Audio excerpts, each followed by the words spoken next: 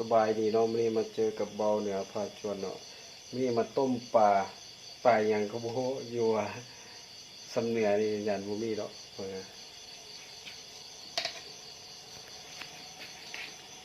เนาะต้มปลาลงเป็นตัวโลดแต่อยู่สำเหนือนี่เขาน่าจะเรียกปลาบูหองเนาะพี่เขาเรียกปลาอินโดอินเดียอย่างนี้แหละ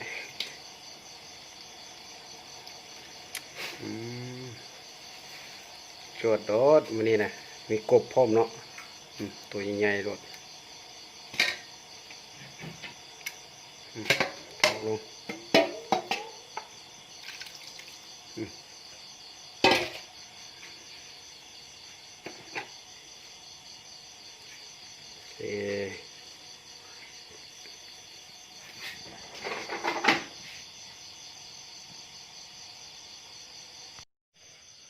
สบายดี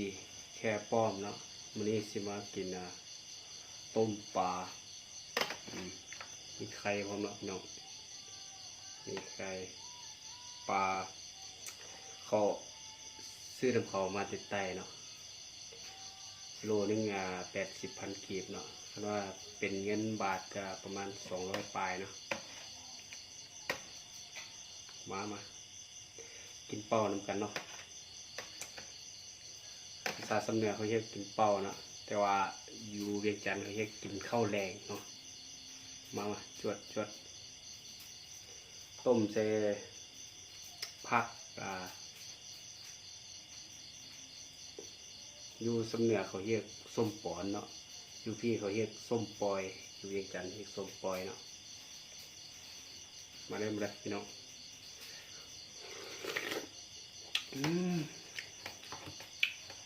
จับเฮงจับคุยรถคุยคำใหญ่เนาะ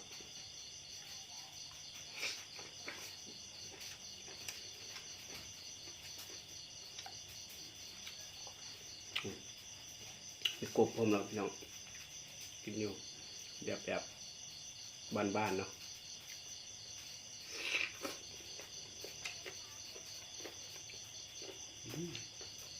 ครับ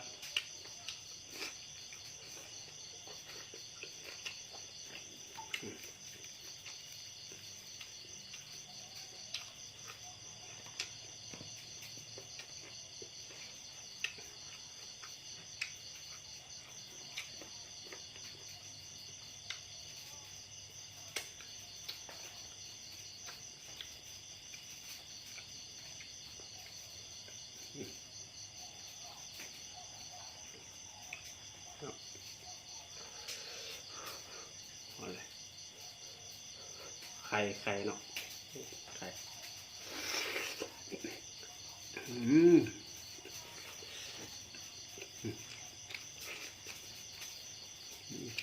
ชอบหน่อย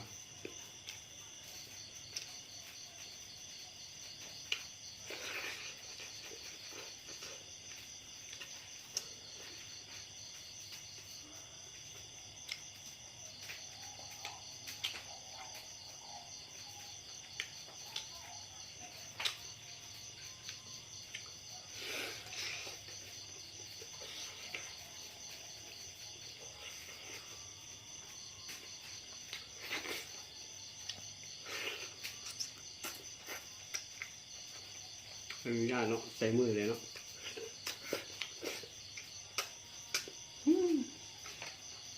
แต่แบบแจ๊บป้าเนี่ยแจ๊บเฮงเนาะ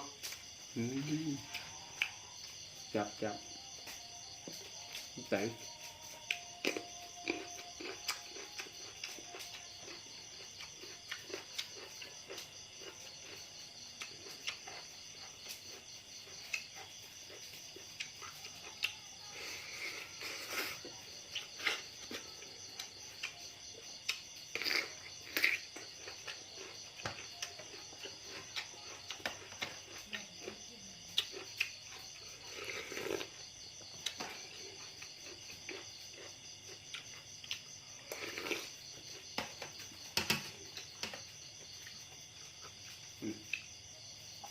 สมปอนเนาะ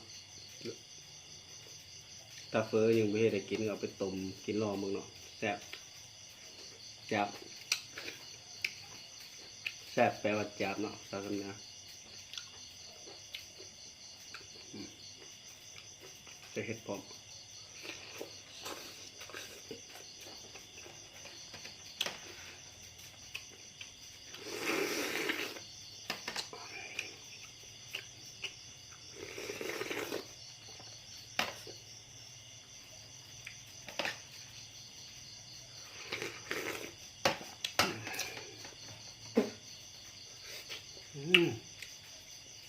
จับพี่น้องอันนี้ก็ปลาเนาะมกปลาปลาการมันนี้กินเด็ดปลานะบวกแบบสำเนือเนาะเสริมแกน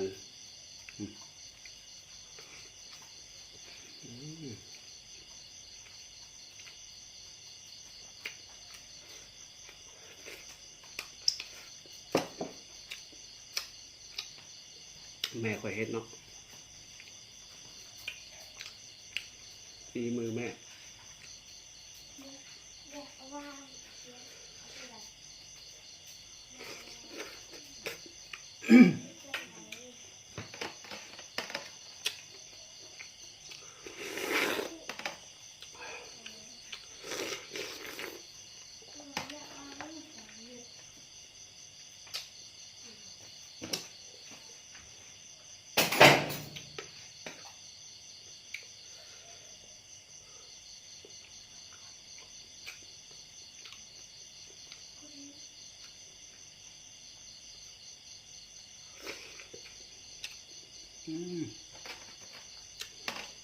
แซ่บหลาย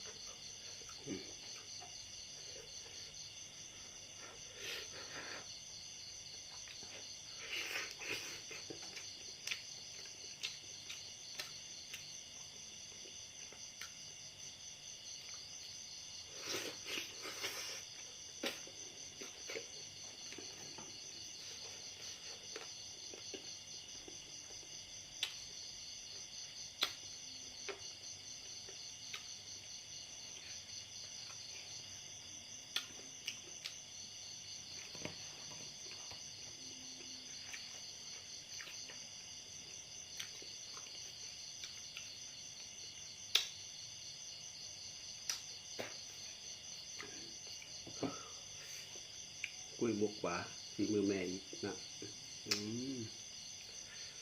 แซ่บ แซ่บ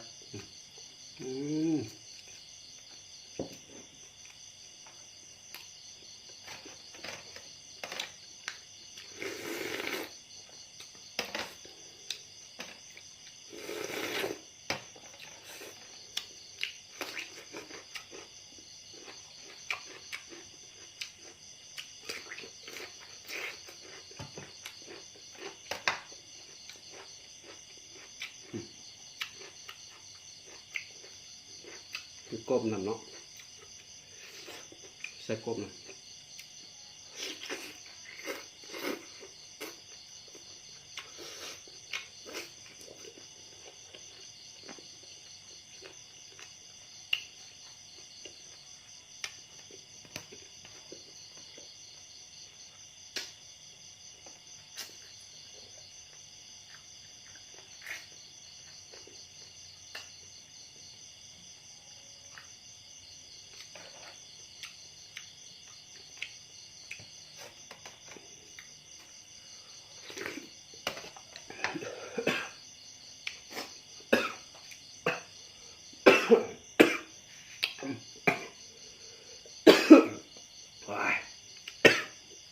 แซ่บไหม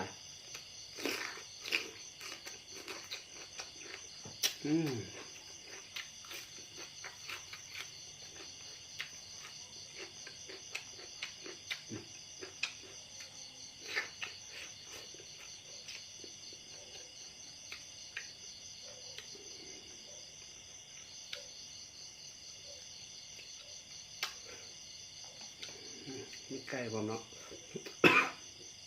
ไก่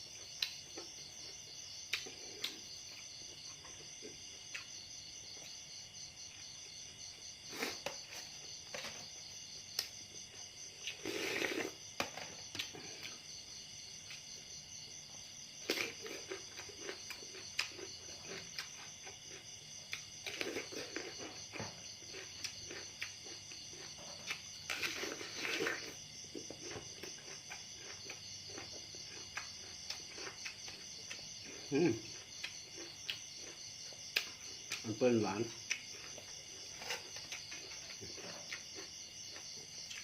ไข่ปลาพี่น้อง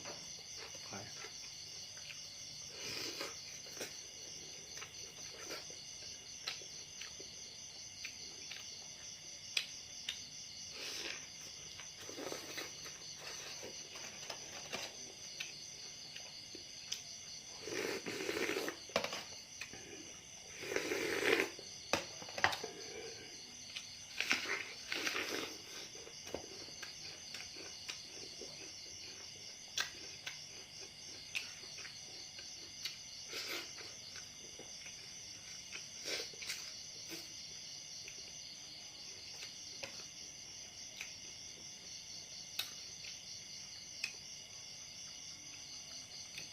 ปลา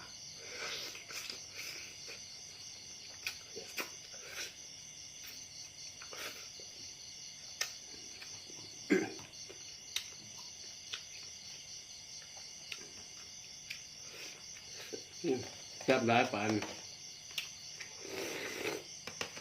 โยน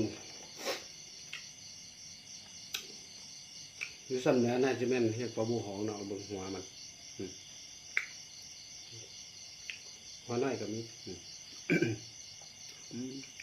คือจิแมนปลาบูหองอยู่บ้านเฮาเนาะ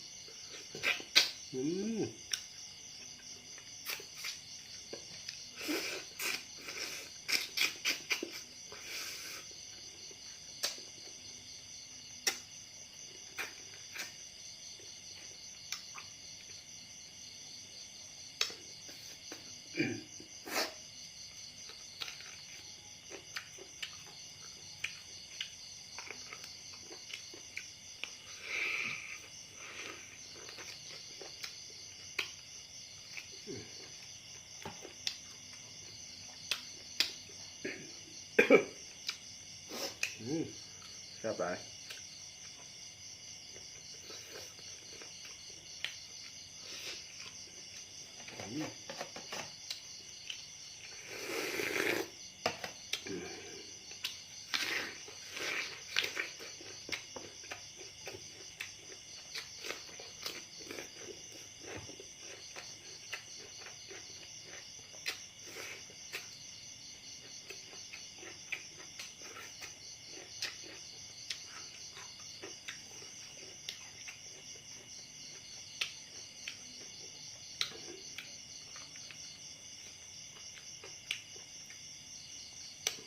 วันนี้ก็จบคลิปเพียงซ้ำนี้เนาะมักก็กดไลค์ติดใจก็กดแชร์เนาะฝากกดติดตามเลยเด้อเฮ็ดซองใหม่เนาะเบาเหนือพาจวดเนาะสบายดีบาย